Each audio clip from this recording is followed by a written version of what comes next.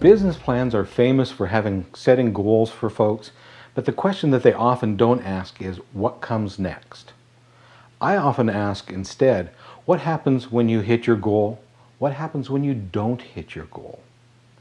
These are things that you need to consider. When you set goals out, what happens if you underachieve that goal?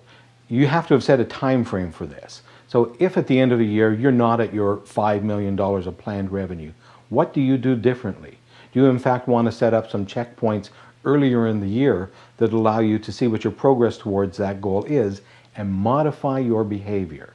The ability to modify your behavior by incrementing or decrementing some of your activities is key to having an effective business plan that acts as a roadmap for you. So in underachieving, there are two typical things that you can do. You can ratchet up business development, or you can decrease costs. And sometimes there's a mixture of the two.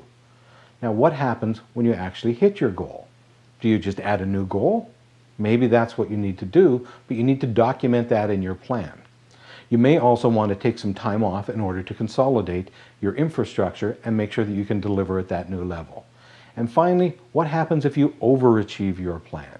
How are you going to change the rest of your business so that it can deliver at this new level that's higher than what you had planned for? Do you want to ratchet down the business development for a short while? All of these are the kinds of questions that you need to ask yourself.